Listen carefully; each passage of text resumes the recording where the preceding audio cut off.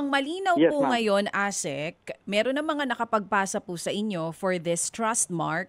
Lahat ng online sellers ngayon, mapa nagtitinda sa Shopee, Lazada, Facebook, or TikTok, kailangan pong mag-apply nito. Ano pong gagawin dun sa mga patuloy pa rin na magtitinda at hindi nag-apply for trust mark? Hindi naman po kailangan. It's a voluntary voluntary po ito dun sa mga merchant natin. Hindi po natin sila nire-require.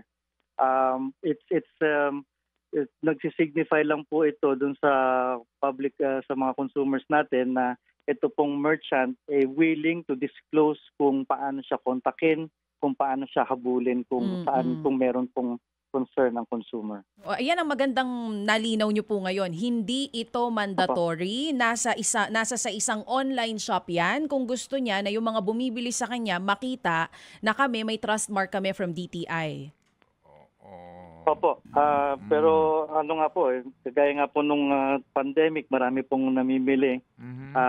Pati po ako na biktima rin po ako ng mga fraud dyan. So Mm. at least if Mhm. nakakita rin po ako ng trustmark na-verify na po ng government agency, medyo kampante na po akong bumili dun sa merchant na yun versus another merchant Mhm. na wala pong trustmark o hindi po na-verify. Oo, Yung ba ang provision ng batas po, attorney, hindi siya mandatory?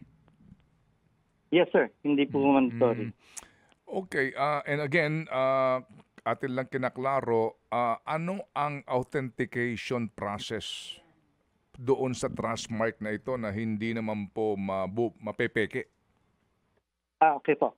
Ang trustmark po natin, meron po siyang security number, saka meron din pong security code Mhm. kung saan po pwede pong ma-check ng ating mga devices. Mhm. At ito po i-detect po yung consumer dun sa ating online business database kung saan nandun po yung mga detalye ng merchant. Kung Mm.